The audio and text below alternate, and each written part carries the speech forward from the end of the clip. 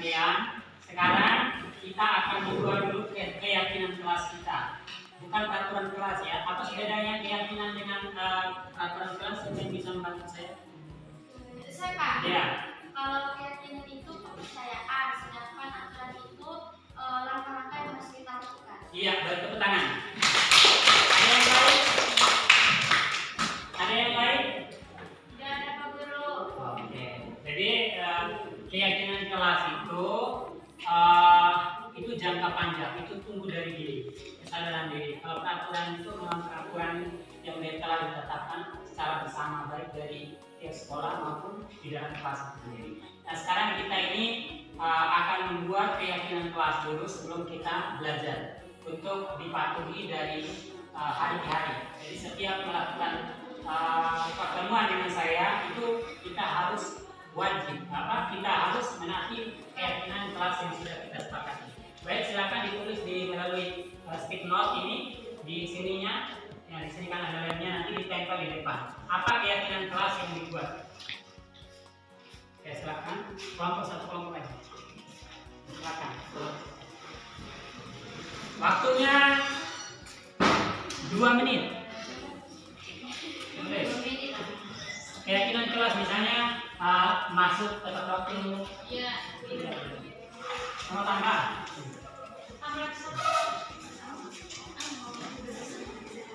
Ya, makan. Satu aja, langsung tempel. Makan. Nah, langsung tempel. Sudah? Jangan usah panjang-panjang katanya. Jadi biar pendek, yang penting sederhana dan kita bisa memahami. Silakan.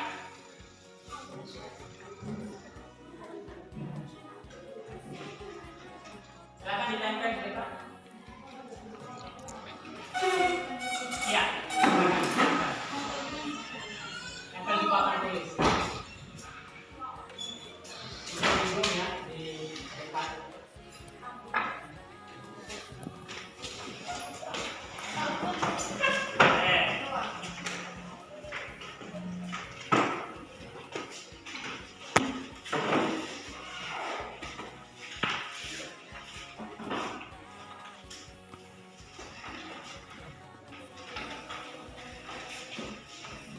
Semua ya, masih ada satu.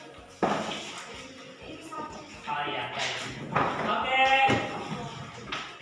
Silakan.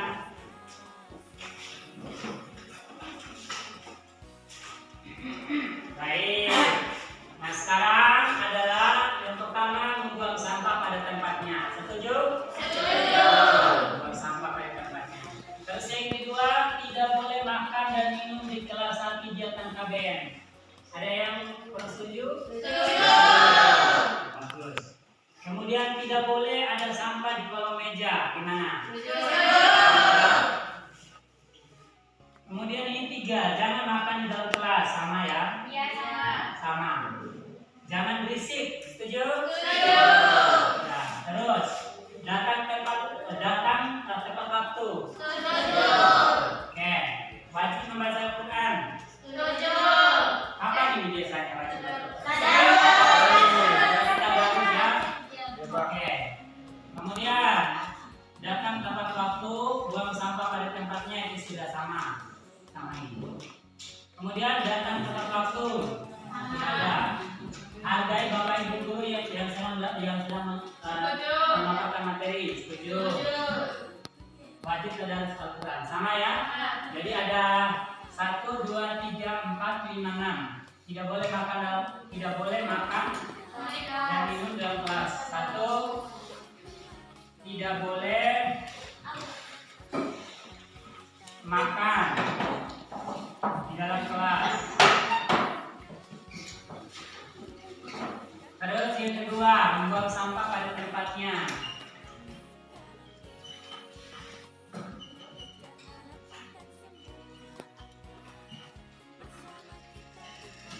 Ini ingat ya. Nanti kalau ada yang langgar itu ingat keyakinan kelas kita. Tidak boleh. Kemudian tidak boleh ada sampah di dalam kolong meja ya. Sama aja ya, membuang sampah pada tempatnya. Ya. Tidak boleh makan. Tidak boleh makan di dalam kelas. Wajibnya bawa Al-Quran.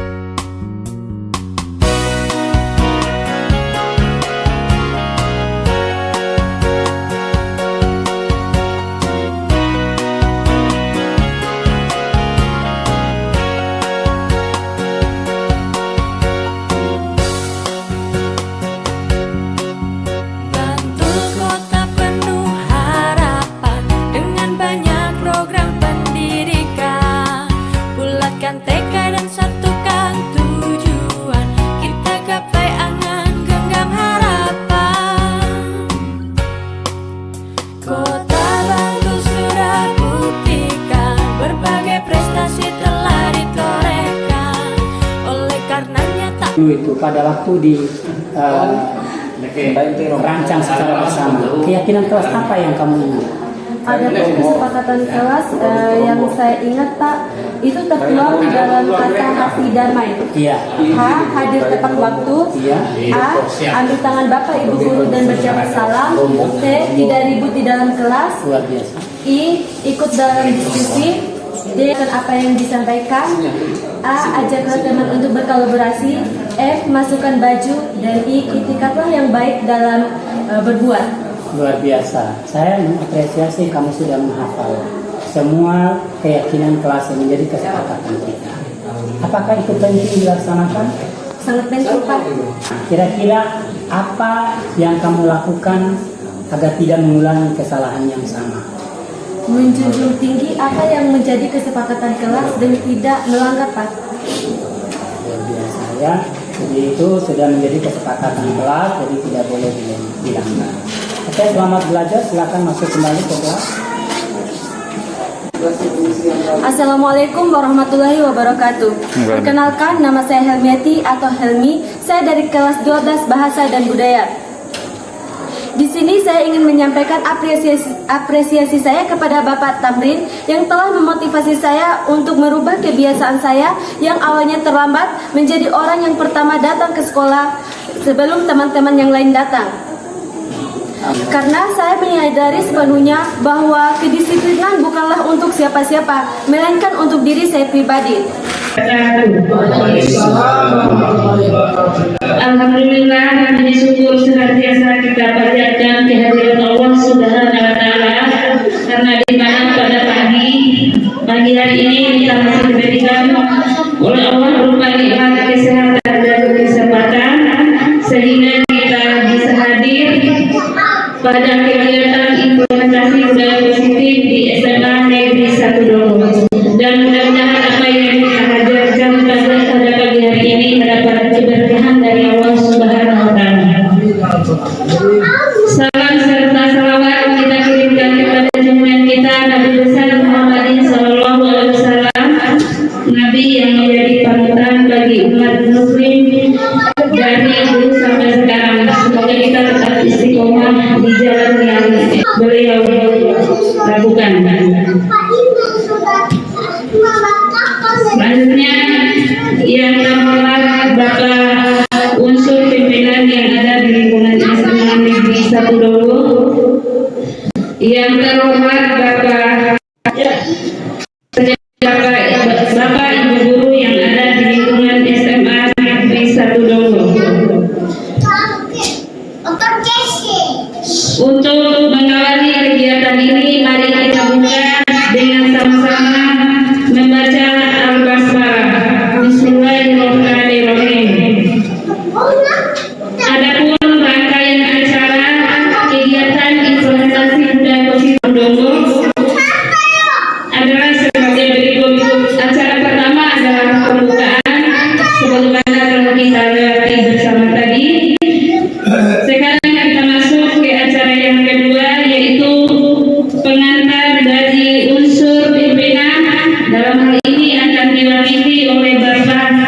Effendi Sarjana Sastra, dan kepada Bapak disilakan.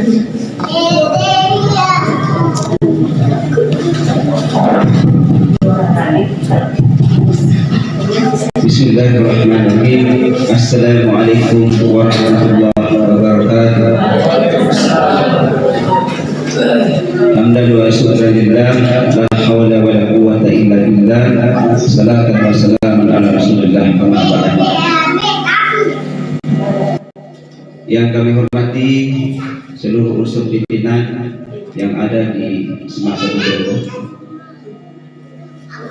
Yang kami hormati Bapak Ibu Guru, yang kami hormati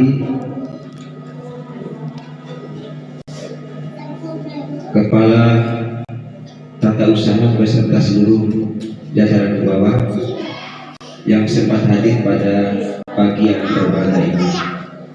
Pertama-tama, mari kita mengucapkan syukur alhamdulillah kepada Allah Subhanahu wa taala karena pada kesempatan ini kita bisa hadir dalam rangka mengikuti acara diseminasi budaya positif yang akan disampaikan oleh calon guru penggerak di semasa dulu. Selanjutnya mari kita kirimkan salawat dan salam kepada Nabi kita, Nabi Sallallahu Alaihi Wasallam, Nabi sebagai uswatun hasanah, contoh dari kita semua. Bapak Ibu hadirin yang bersama-sama kami hormati, hari ini adalah hari yang luar biasa karena ada calon guru penggerak kita yang akan berbagi praktik baik yang mereka dapatkan di pendidikan guru penggerak kepada kita semuanya tentang budaya positif. Ini sangat penting. Kenapa sangat penting? Karena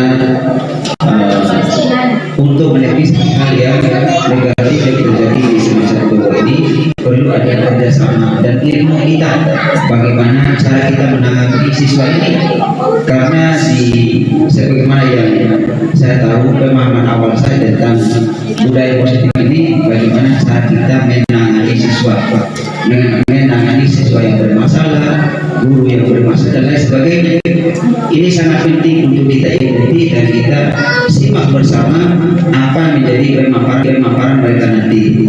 Dan saya harapkan kepada guru semuanya agar fokus dan serius dalam mengikuti acara ini, karena demi kemajuan sekolah kita, demi terciptanya suasana yang kondusif di SMA 1 Togo ini dengan menerapkan budaya positif. Lebih lanjut nanti akan dijelaskan oleh teman kita, guru kita, guru hebat kita di bagaimana mereka berbagi praktik baik mereka lewat destinasi budaya positif ini.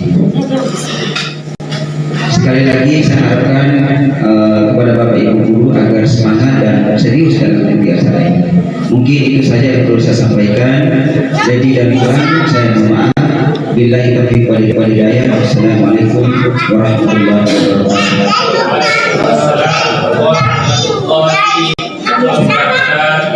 Kami Bapak Guru yang sama-sama berbahagia, demikianlah pengantar dari unsur pimpinan yaitu Bapak Effendi Sarjana Sastra, dan kepada Bapak kami aturkan terima kasih. Selanjutnya kita masuk ke acara yang ketiga, yaitu ke acara pemaparan tentang implementasi budaya positif yang disampaikan oleh Bapak Tamrin SPDI, yaitu selaku calon guru penggerak angkatan ke-9, dan kepada Bapak disilakan.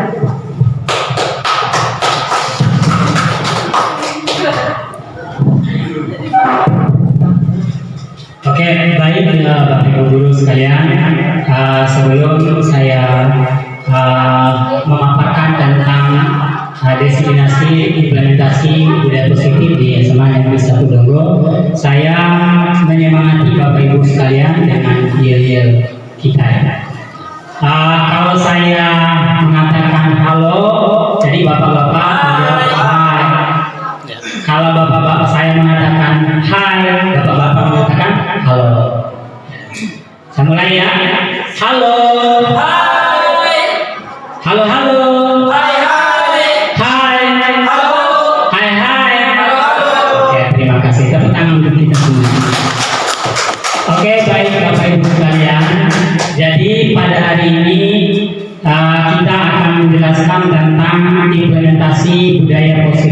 sekolah.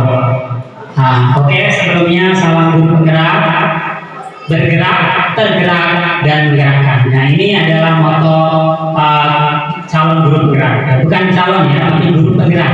Tergerak, bergerak, dan menggerakkan. Ayo kita belajar tentang budaya positif. Bagaimana sih budaya positif itu? Barangkali mungkin ada dari Bapak Ibu yang tahu apa budaya positif, satu orang saja. Ada? Tidak tahu Pak. Budaya positif tidak tahu ya? Ya. Sebenarnya banyak sekali budaya positif, cuma malu kita mengutarakan di sini. Oke, bagaimana cara mengimplementasikannya di sekolah kita? Mari kita diskusikan bersama.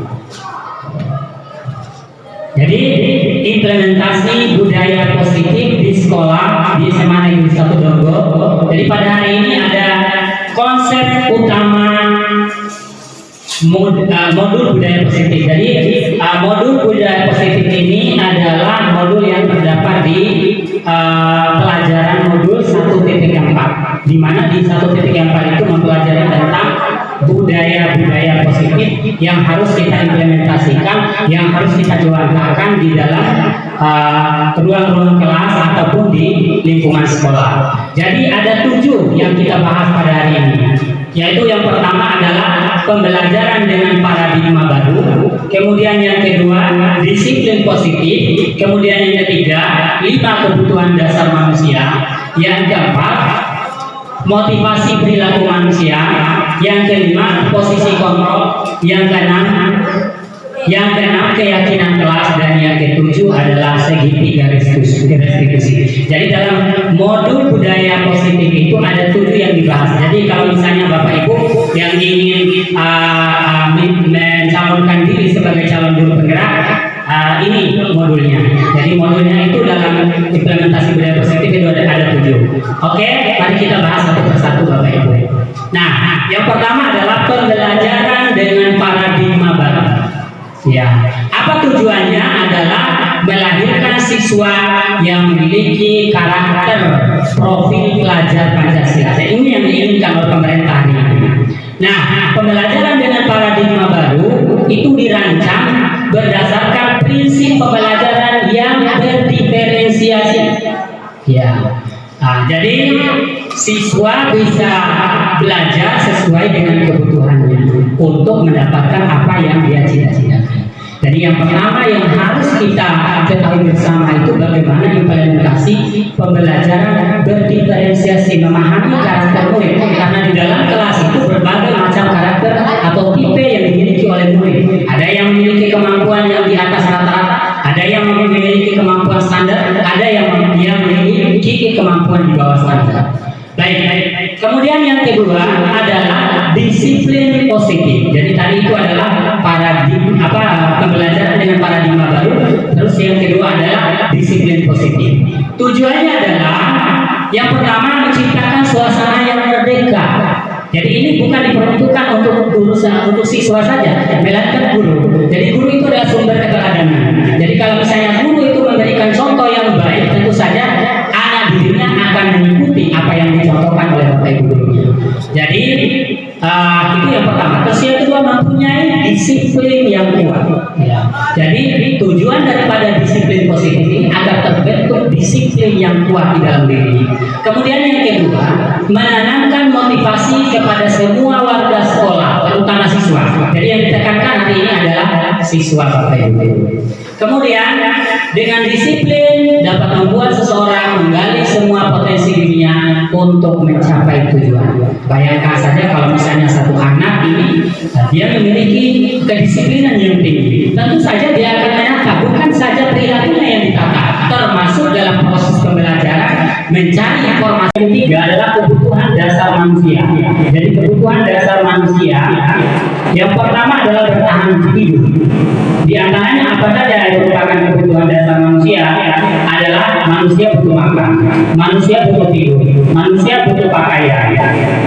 Yang menyangkut jasmani ini. Jadi kapan misalnya tidak melekat untuk kebutuhan dasar manusia yang pada poin pertama yaitu bertahan hidup, maka dalam proses pembelajaran itu tidak ada. Itu yang pertama. Terus yang kedua, kasih sayang dan rasa diterima. Jadi anak-anak ini butuh perhatian dan kasih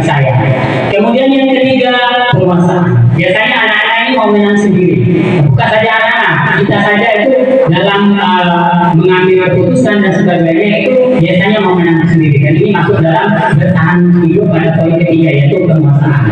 Kemudian yang keempat adalah kebebasan. Jadi murid itu menginginkan kebebasan, jadi dia harus merdeka. Merdeka di sini bukan berarti dia semau-maunya, tidak, tetapi diikat dalam sebuah aturan yang sudah ditetapkan bersama. Dia yang disebut dengan kebebasan. Dan yang kelima itu adalah kesenangan. Jadi dalam proses penyampaian materi itu anak-anak harus senang.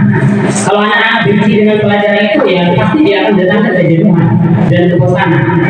Ya begitu. Oke, kemudian selanjutnya motivasi perilaku manusia. Apa itu motivasi perilaku manusia? Adalah dorongan yang timbul dalam diri sendiri yang dimaksud, dan diri orang lain secara sadar atau tidak sadar untuk melakukan sebuah tindakan. Nah, ini yang disebut dengan motivasi perilaku manusia. Nah, motivasi perilaku manusia ini terdiri dari dua. Ada yang ekstrinsik, ada yang intrinsik. Yang ekstrinsik itu yang bagaimana? Menghindari ketidaknyamanan dan hukuman, mendapatkan imbalan dan penghargaan dari orang lain. Ini ekstrinsik. Nah, kalau menghindari ketidaknyamanan dan hukuman, murid melakukan disiplin karena takut dihukum. Ya. Jangan dipraktikkan seperti itu, Bapak Ibu.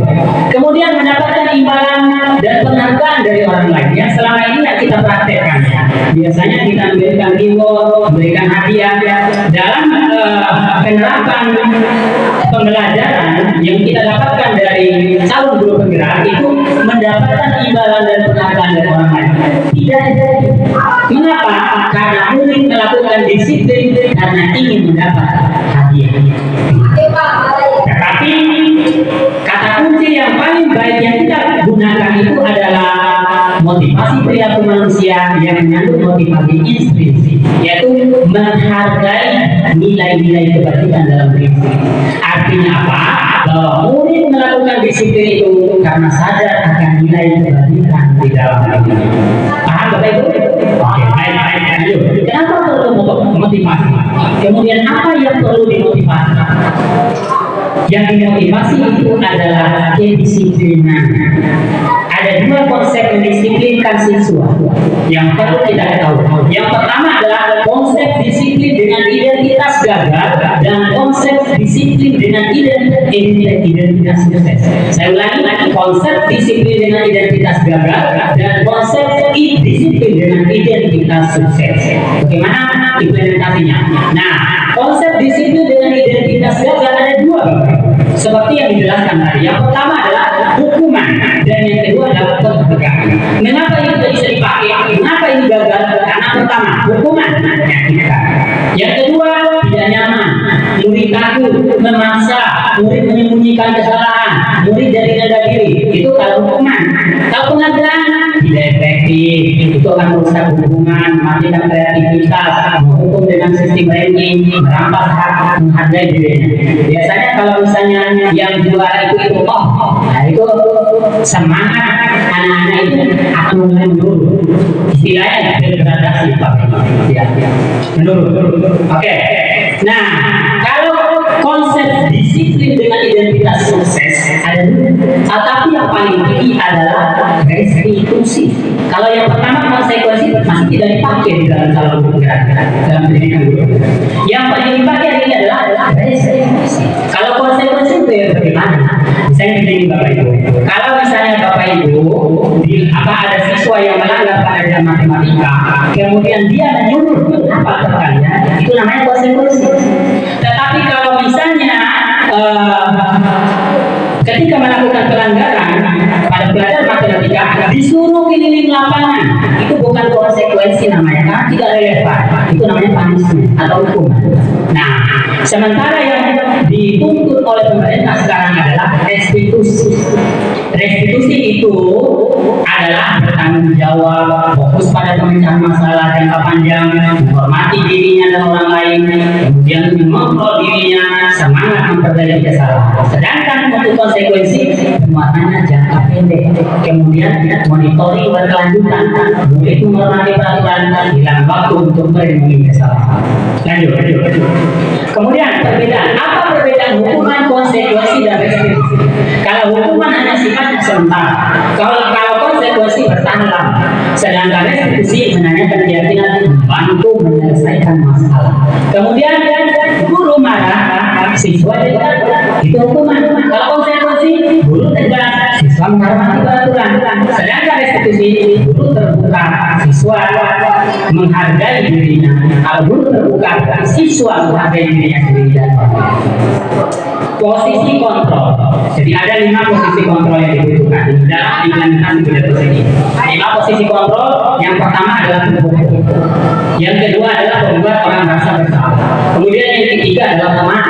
Kemudian yang keempat pemantau. Dan yang kelima itu adalah manajer. Nanti kita akan tahu satu persatu. Apa itu penghukum? Apa itu pembuat orang merasa bersalah? Apa itu teman? Apa ini pemantau ini? Apa itu manajer?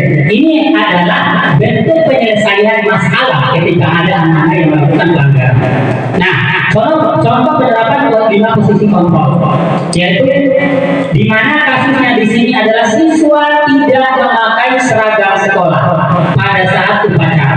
Bagaimana penanganannya dengan menggunakan 5 posisi kontrol tadi? Nah, kalau seorang penghukum pasti bahasanya seperti ini. Patuhi aturan sekolah kamu. Kamu harus patuhi aturan sekolah, itu sudah ditetapkan oleh kita semua. Ditetapkan oleh sekolah. Kamu angkat kaki. Berdiri selama 30 menit. Ini hukuman Atau ditampar. ya. Atau ditampar. Ya, betul. Atau ditampar, itu hukuman. Dipukul pakai kayu. Dipukul juga pakai kayu, itu hukuman. Dicaci maki. Nah, itu bully, Pak. Ya, nanti itu ada. Kalau dicaci maki itu membuat masa bersalah. Iya, betul.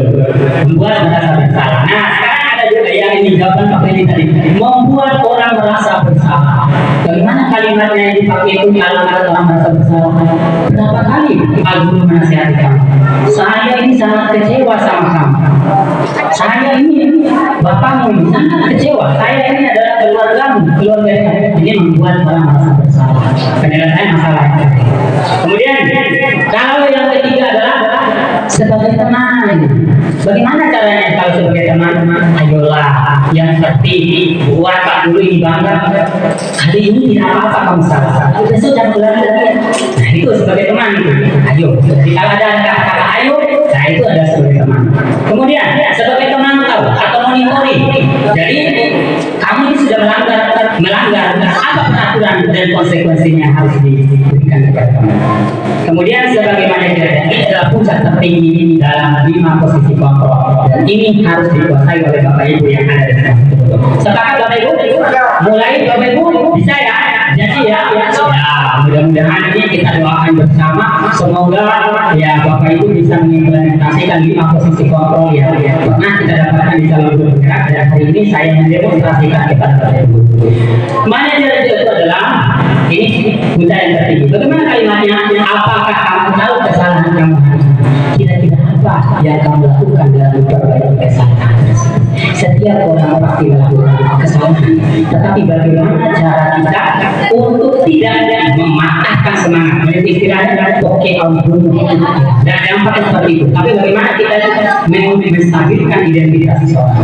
Nah, kemudian keyakinan kelas. Ini budaya positif, ini keyakinan kelas. Yang kita pakai itu adalah keyakinan kelas, bukan peraturan kelas. Mengapa keyakinan kelas? Mengapa tidak peraturan kelas? Apa sih bedanya peraturan dan keyakinan? Barangkali ada Bapak Ibu yang bisa bantu. Apa bedanya peraturan dan keyakinan? Kalau peraturan itu dibuat di atas, dibuat di sekolah. Sedangkan keyakinan itu memang timbul dari dalam diri. Ya, timbul dari yakin bahwa itu adalah hal yang baik-baik, yakin itu adalah hal yang positif. Kalau sudah timbul di dalam diri, ya maka kita akan menjalankan secara sadar. Nah, seseorang akan lebih tergerak dan bersemangat untuk menjalankan keyakinannya daripada hanya sekedar mengikuti serangkaian peraturan-peraturan yang mengatur mereka harus berlaku begini. Yang kedua, pada keyakinan kelas ada nilai-nilai kebatinan yang dijadikan keyakinan untuk memunculkan motivasi seseorang melakukan sesuatu. Nah, peraturan kelas, keyakinan kelas, apa bedanya? Nah, peraturan kelas itu ada kalimat negatif, sedangkan keyakinan kelas itu menyangkut menyangkut kalimat positif semua. Mana yang disebut dengan kalimat negatif? Dilarang, tidak boleh. Itu dilarang, itu tidak boleh, itu adalah negatif itu Bapak. Nah, kembalikan barang ke tempatnya. Kalau keyakinan jelas, berarti bertanggung jawab. Dilarang mengganggu orang lain, saling menghormati. Hadir di sekolah 15 menit sebelumnya, menghormati orang lain atau komitmen. Dilarang melakukan kekerasan, berarti keamanan, saling menghormati. Dilarang menggunakan narkoba, kesehatan, jaga kesehatan, bergantian atau menunggu giliran, menghormati orang lain, empati. Dilarang merokok, di kesehatan, menghormati orang lain, gunakan masker, kesehatan, keamanan, berjalan di kelas dan koridor, keamanan dan keselamatan. Seperti itu. Jadi yang kita pakai seperti itu. Jangan pakai tidak boleh. Ini keyakinan dan kesepakatan. Alhamdulillah kami sudah menjalankan kesepakatan kelas, keyakinan kelas. Sebelum Bapak Ibu memulai pembelajaran, bikin dulu sebuah peraturan, bikin dulu sebuah keyakinan kelas supaya tidak bisa dilanggar oleh anak-anak. Ketika dilanggar, nanti lihat di depan yang ditempel oleh Bapak Ibu. Ini keyakinan kelas yang kamu buat 2 minggu yang lalu. Tidak boleh kamu langgar. Kalau kamu langgar, itu konsekuensinya seperti apa? Nah, kalau seperti itu dilakukan secara terus-menerus, otomatis akan tertib berjalan dengan lancar proses pembelajaran kita. Karena banyak yang tidur, ya tidak boleh tidur pada jam kelas. Itu ya keyakinan pada jam pelajaran itu keyakinan kelas itu. Kemudian tidak boleh makan sambil makan belum menerangkan. Kalau berbicara satu orang, kemudian satu orang mendengarkan, luar biasa Bapak. Ketika saya mengikuti program Guru Tergerak, ketika Juni itu fasilitator saya itu memberikan, jangan sekali-kali kamu melontarkan kalimat-kalimat yang mengundang kontroversi dan apa istilahnya yang tidak sepakat dan sebagainya. Melainkan itu adalah memberikan kontribusi positif, memberikan kalimat positif terhadap teman lawan bicara kita. Apabila teman kita berbicara, maka kita mendengarkan sepenuhnya. Kita harus mendengarkan secara betul apa yang disampaikan. Kemudian keyakinan kelas. Nah ini keyakinan kelas yang kedua. Saling membantu, jujur dan dapat dipercaya, peduli, saling menyayangi, sopan dan santun, ibadah tepat waktu, disiplin dan tepat waktu, menghargai guru dan teman, kemudian kebersihan sebagian dari iman. Jadi saya gunakan stick note seperti ini Bapak.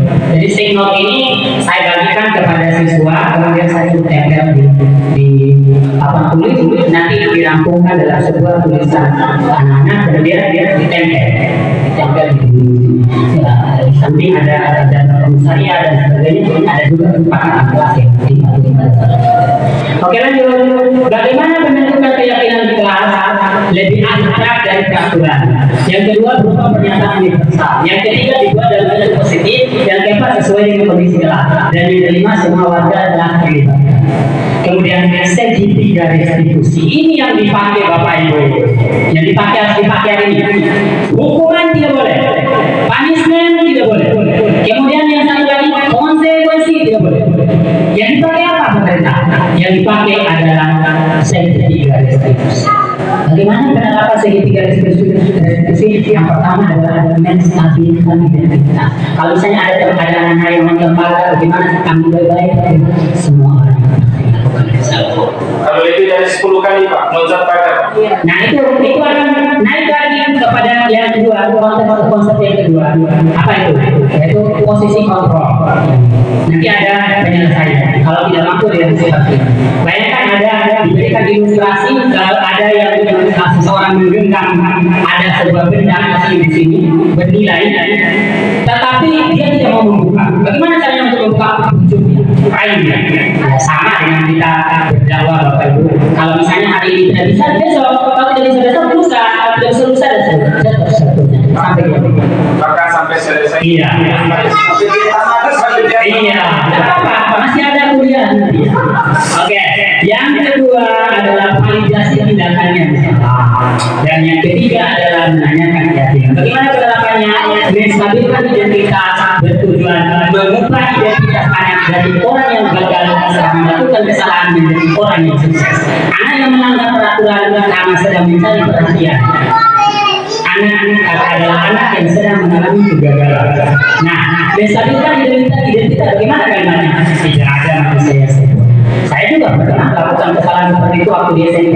Nah, seperti itu. Oke, lanjut. Nah, validasi tindakan yang salah. Pengertiannya adalah memahami dan mengakui perasaan siswa, bukan memberikan izin untuk terus melakukan kesalahan. Bagaimana kalimatnya? Apa alasan kamu melakukan ini? Hanya identifikasi masalah. Karena kenapa? Ada ditayangkan dalam sebuah video Bapak Ibu, itu orang India dipukul oleh gurunya. Satu kali pukul, angkatan lagi, pukulan. Sekali lagi, pukulan. Sekali lagi. Dia tidak identifikasi masalah. Pada suatu waktu dia ini berjalan dan dia lihat ada anak itu mendorong ibunya ke rumah sakit. Lalu setelah itu anak yang menyebabkan dia terlambat karena dia mendorong anak sampai ke rumah sakit. Kemudian anak itu masuk dalam kelas dalam keadaan terlambat. Kemudian karena dengan kebiasaannya dia mengangkat tangan, dia menyuruh bapak ibu yang berumur, tetapi ibu guru itu menangis. Bapak guru itu menangis dan memberikan kain itu untuk dipukulkan ke tangannya. Kenapa? Karena tidak diidentifikasi masalah. Maka ini validasi tindakan. Kemudian menanyakan keyakinan. Nah, menanyakan keyakinan adalah proses menciptakan kondisi bagi murid untuk memperbaiki kesalahan mereka sehingga mereka bisa kembali pada kelompok mereka dengan kerangka yang lebih kuat. Nah, menanyakan keyakinan itu rencana apa yang ingin kau lakukan untuk memperbaiki kesalahan. Jadi ada solusi. Jangan kita hanya mengatakan seperti itu tapi tidak ada solusi. Harus ada solusi. Jadi kalau kita menyalahkan siswa, apa solusi? Nah itu. Jadi menanyakan keyakinan. Oke, ini segitiga restitusi dalam sebuah diagram. Nah, praktek segitiga restitusi. Mari kita lihat sebentar videonya nyata. Sebentar. Oh, tidak ini kayaknya ada support tidak ada. Tapi tidak ada. Tidak ada. Nah, ini segitiga restitusi saya. Jadi ketika ini siswa ini adalah melakukan pelanggaran, dia tidak hadir, walaupun nyatanya ini anaknya rajin. Tapi ini saya berikan satu contoh saja. Nah, jadi anak ini rajin, tetapi kita jadikan anak ini kasus. Jadi dia melakukan pelanggaran adalah sering terlambat sehingga banyak pelajaran yang tertinggal. Maka saya identifikasi kenapa dia terlambat, kemudian semua orang melakukan banyak kesalahan, pasti melakukan kesalahan. Apa yang saya melakukan? Nah, baru itu ditanya kembali refleksi siswa dengan segitiga restitusi bagaimana ketika berhadapan dengan CGP bagaimana? Nah, ini. Ya, oke. Terima kasih Bapak Ibu sekalian. Jadi alhamdulillah saya sudah melakukan pemaparan tentang implementasi budaya positif di sekolah. Mudah-mudahan apa yang kita dapatkan hari ini bermanfaat bagi kita semua dan saya akan kembali kepada MC nanti itu akan bagaimana untuk mengeksplorasi kembali lebih jauh tentang pemahaman budaya positif nanti bisa buka dalam ruang diskusi. Nanti akan dipandu oleh Ibu moderator. Nah, Ibu MC ya. Oke, saya kembalikan kepada MC. Terima kasih wabillahi. Wassalamualaikum. Ya, untuk materi selanjutnya Bapak Tamri Sarjana Pendidikan Islam. Dalam hal ini kami minta kesempatan untuk 2 orang penanya. Mungkin ada dari Pak Guru yang ingin nanya juga bertanya.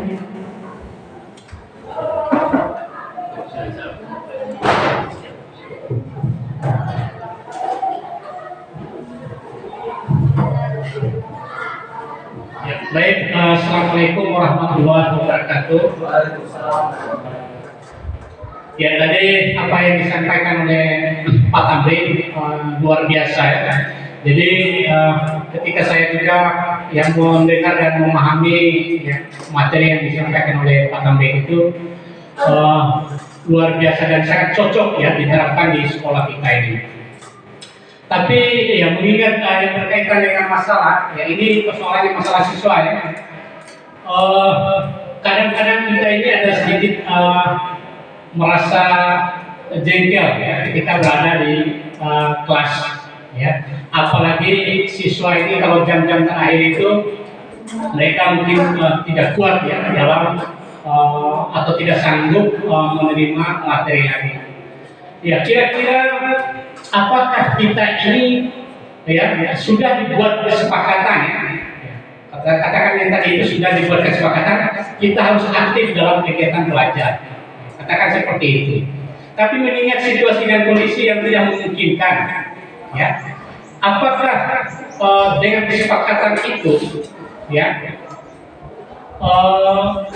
bisa bertindak lanjut dalam kegiatan belajar mengajar di kelas kita ini di jam-jam terakhir itu, kira-kira bagaimana caranya penerapan yang baik jangan sampai kita ini langsung bertindak atau memberikan dukungan kepada anak-anak sementara anak-anak ini tidak sanggup Nah ini bisa diberikan arahan yang konkret Pak Temrit, supaya kami juga merasa nyaman berada di lingkungan sekolah ini karena kondisi sekolah kita ini sudah aturannya pulang itu jam 2:30.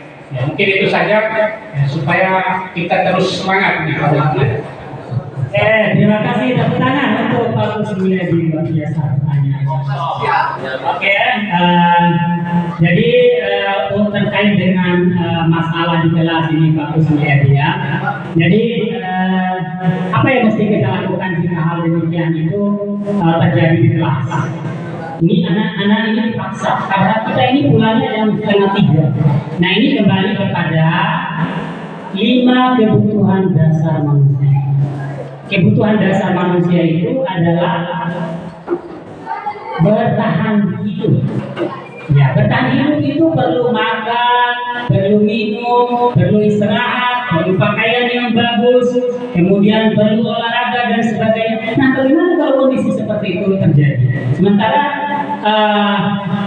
kebutuhan dasar manusia harus tidur di jam 12 atau lewat daripada jam 12. Maka Bapak Ibu sekalian, untuk menjawab hal semacam itu kan ada keyakinan kelas kita. Kalau sudah misalnya keyakinan kelas kita mengikuti peraturan yang ada di sekolah, bawa bekal setiap hari.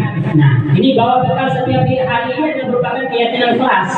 Jadi supaya terpenuhi kebutuhan dasar manusia, sekolah bekal. Jadi kita harus makan dulu, baru kita bisa melanjutkan aktivitas. Nah, saya tekankan, sebagus apapun kalau misalnya metode yang kita racik, desain pembelajaran yang kita racik, sementara anak-anak ini berada dalam bukan kondisi normal, artinya dia ini berada di luar kebutuhan dasar hidup manusia, maka tidak akan efektif, yakin saja. Nah, karena kalau ada kesepakatan kelas yang kita bikin yang termasuk itu bawa bekal, nah itu akan membawa perubahan positif di dalam proses pembelajaran di dalam kelas-kelas itu sendiri. Oke, kemudian yang selanjutnya Bapak Ibu, yang perlu saya tekankan juga di sini, guru itu tidak hanya monoton dalam menyampaikan materi, tidak bersifat konvensional. Paling tidak kalau menurut pemahaman saya atau pengalaman saya, biasanya saya bikinkan metode-metode baru yang praktis, yang menyenangkan. Misalnya ada main-main tepuk tangan, atau mungkin lari keliling-keliling, atau main pegang-pegang bahu gitu. Nah ini akan membangkitkan motivasi, apalagi kalau kita berada di kondisi yang tidak normal, misalnya kondisi di jam-jam terakhir. Nah, begitu Bapak Ibu. Jadi seorang guru penggerak atau seorang guru yang memiliki kemampuan di dalam merancang proses pembelajaran, kemudian mengimplementasikan proses pembelajaran dalam ruang kelas itu adalah guru yang mampu mendesain secara praktis dan menyenangkan bagi siswa, sehingga hiduplah suasana pembelajaran yang lebih kondusif di dalam ruang kelas tersebut. Baik Bapak Ibu, bisa dimengerti Pak Kusmulyadi? Ya, ada yang lain? Saya kembalikan kepada yang saya. Iya. Bagaimana Bapak penanya? Terima kasih. Mohon maaf terlepas dari moderator, saya ingin mengajak.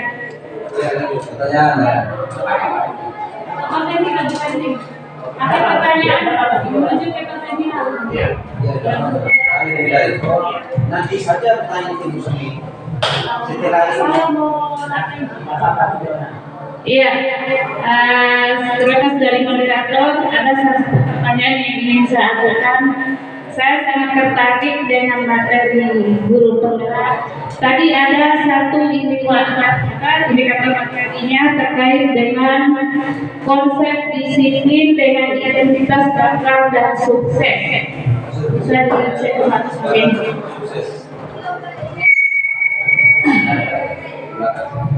Mungkin ini pertanyaannya itu menyenangkan para guru penggerak.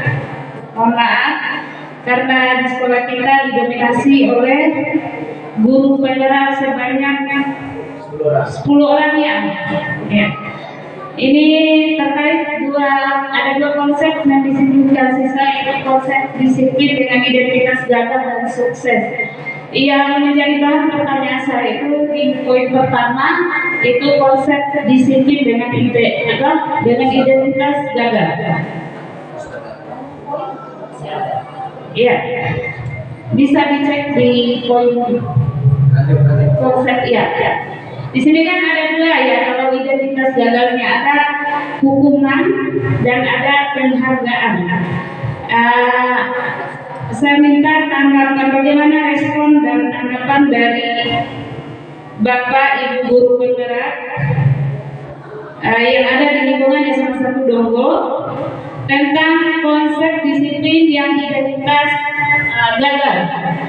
Yang nomor 2-nya itu bersifat penghargaan, hukuman dan penghargaan. Kalau yang hukumannya ini, kalau menurut saya, mungkin semua guru itu sering melakukan ini, tanpa disadari sering melakukan. Ya sebagai manusia biasa. Terus yang kedua itu ada gagalnya itu di penghargaan. Ini yang buat jadi pertanyaan saya. Tidak, kalau yang penghargaan tidak efektif, berusaha untuk mematikan kreativitas. Tapi yang saya lihat di sekolah kita ini, di lingkungan SMA 1 Donggo konsisten memberikan penghargaan kepada siswa. Misalnya pada selesai ujian akhir semesternya atau ada kegiatan-kegiatan lain yang bisa memberikan kontribusi baik terhadap siswa. Nah, bagaimana tanggapan Bapak guru penggerak dengan adanya konsep yang di identitas gagal ini? Mungkin bisa nggak ditiadakan supaya bisa memberikan motivasi kepada anak lain terhadap konsep yang ini, menghilangkan konsep ini maksud saya. Dan mungkin seperti itu pertanyaan saya. Oke, baik, terima kasih kepada Ibu Sumiati. Berikan aplaus sekali lagi Bapak Ibu. Luar biasa. Jadi saya akan jelaskan tentang dua konsep disiplin dengan identitas. Dalam membangun disiplin itu ada konsep identitas gagal, ada konsep identitas sukses.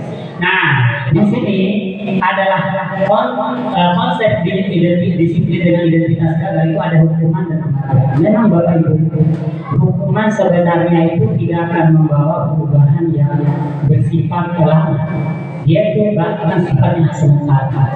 Nah, kenapa? Karena dia takut, dia disiplin karena dihukum, sehingga tidak ada berbekas dalam diri. Berbeda dengan keadaan tumbuh dari dalam diri. Ya kan Bapak Ibu? Nah, ini konsekuensinya. Apa yang dampak daripada hukuman bila dilakukan? Nah, yang pertama itu menyakitkan. Yang kedua tidak nyaman, murid takut. Ya takut kan? Ada rasa fobia dalam diri. Ya, kalau misalnya diberikan hukuman hari ini diancam lagi, dia besok tidak datang. Nah, ini tidak bagus sekali. Kemudian murid menyembunyikan kesalahan. Dia pasti menyembunyikan kesalahan. Biasanya kalau kita ditanya diinterogasi dengan kesalahan yang dilakukan, pasti dia sembunyikan. Kenapa? Karena memang tidak tumbuh dari dalam diri. Ya. Karena kita takut dia, karena dia itu takut diberikan hukuman. Kemudian murid dari rendah diri. Nah, kemudian penghargaan ini yang kita bahas. Hari ini kan kita melakukan setiap akhir semester ini kita berikan reward atau penghargaan kepada peserta. dalam program guru penggerak itu tidak bisa, Bapak Ibu. Tidak cocok. Kenapa tidak cocok? Karena ini akibatnya dia tidak efektif, merusak hubungan, mematikan kreativitas, menghukum dengan setting lain, merampas hak menghargai diri. Bayangkan dalam satu kelas ada 30 orang, satu orang itu aja yang jual, itu aja yang diberikan benar. Bagaimana nih kalian? Sehingga semangatnya itu semangatnya tidak akan belajar. Berbeda kalau di waktu saya di Semandua Kota Bima dulunya itu kami tidak menggunakan media, tidak menggunakan media. Jadi kita melakukan penilaian, mereka Bapak Ibu guru melakukan penilaian itu dengan mengakumulasikan nilai berapa nilai tertinggi. Tidak menampakkan di situ ini juara 1, ini juara 2, ini. Begitu kalau di Semandua Kota Bima pada saat saya SMA. Nah itu. Kemudian lanjut Pak Agus yaitu konsep disiplin dengan identitas sukses. Kalau tadi tidak bisa dipakai, artinya kalau itu masih gagal dilakukan, berarti ada cara tersendiri, ada trik tersendiri, ada tawarannya, ada obatnya, yaitu konsekuensi dan restitusi. Tetapi yang paling tinggi kedudukannya adalah yang paling tinggi fungsinya adalah restitusi. Sebenarnya konsekuensi apa perlu dilakukan sepanjang ya tidak mampu dilakukan dengan restitusi. Yang bisa kembali ke konsekuensi. Cuman konsekuensi ini ya ada juga dampaknya, yaitu penguatannya jangka pendek, monitoring berkelanjutan. Ya, tapi kalau restitusi tanpa dimonitoring dia akan berubah. Betul. Nah, karena apa? Ada kesadaran dalam diri.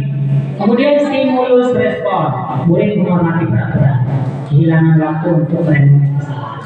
Nah itu untuk konsekuensi. Kemudian restitusi, bertanggung jawab, fokus pada pemecahan masalah jangka panjang, menghormati dirinya dan orang lain, kemudian mengontrol dirinya, semangat memperbaiki kesalahan. Begitu kalau restitusi. Luar biasa Bapak Ibu. Ada yang lain? Silakan.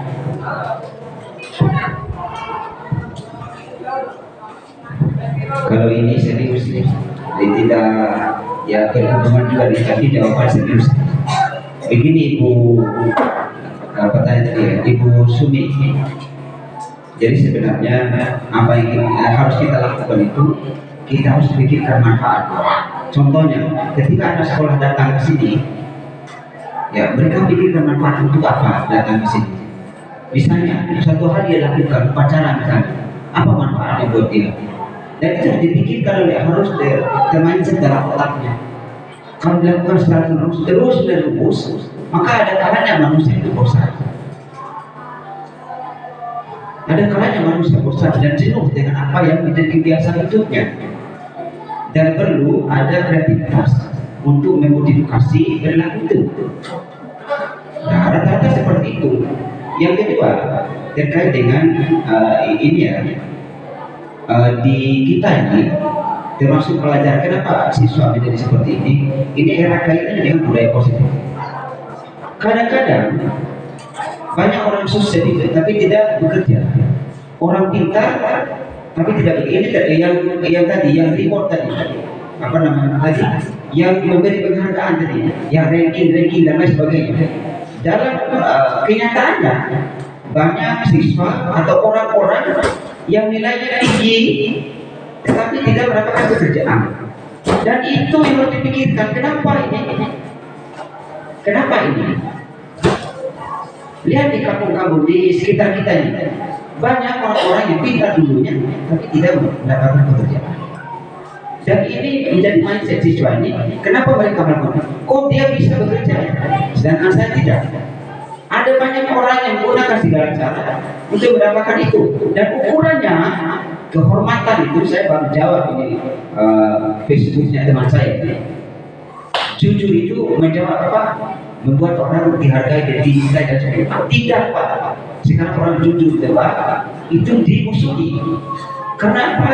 Karena penghalang bagi orang-orang yang tidak jujur itu untuk mencapai hal itu.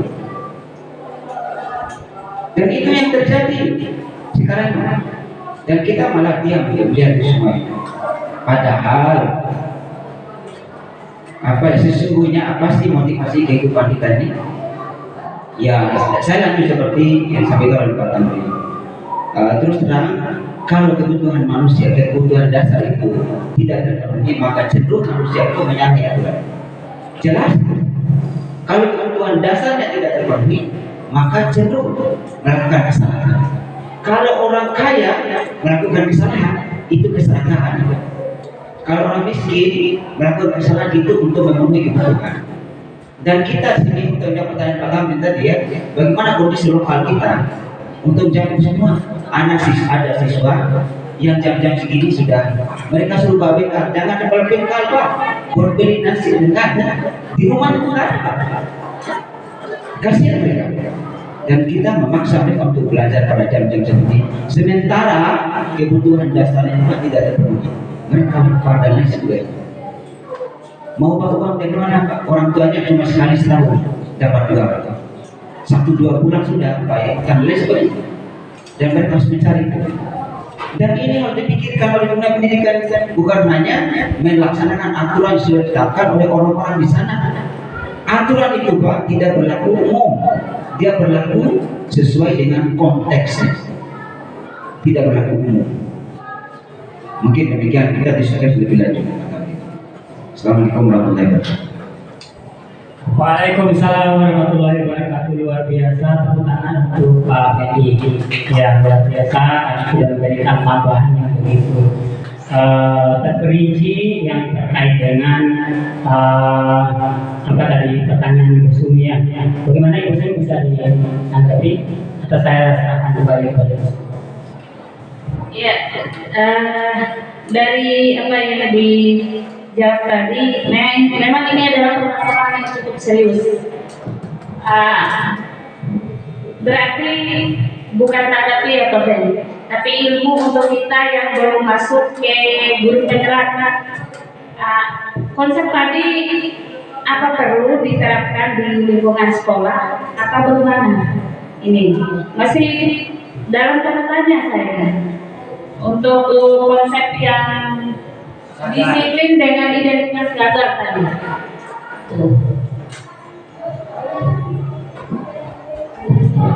Oke baik, sedikit ya saya mewakili guru penggerak atau calon guru penggerak. Sangat perlu sekali, sangat perlu sekali disebabkan karena ada alasan-alasan yang dasar. Kenapa itu tidak ditiadakan?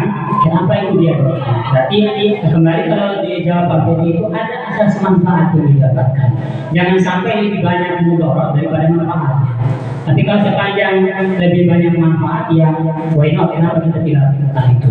Tetapi kalau penghargaan itu kan dampaknya kita bisa lihat sendiri, tidak efektif, bisa hubungan, jadi Bapak Ibu mulai hari ini mungkin kita bisa menyepakati bersama bagaimana kita bisa mendemonstrasikan kepada seluruh warga sekolah memusyawarahkan kembali terkait dengan reward yang diberikan oleh sekolah kepada siswa. Apakah perlu dilakukan secara terus-menerus, secara kontinu, atau sampai di sini, atau ada hal-hal lain yang ditawarkan di sekolah? Ya, barangkali itu Bapak Ibu sekalian. Ada lagi yang lain yang mau bertanya Pak yang antusias? Oke, baik saya. Silakan ditutup.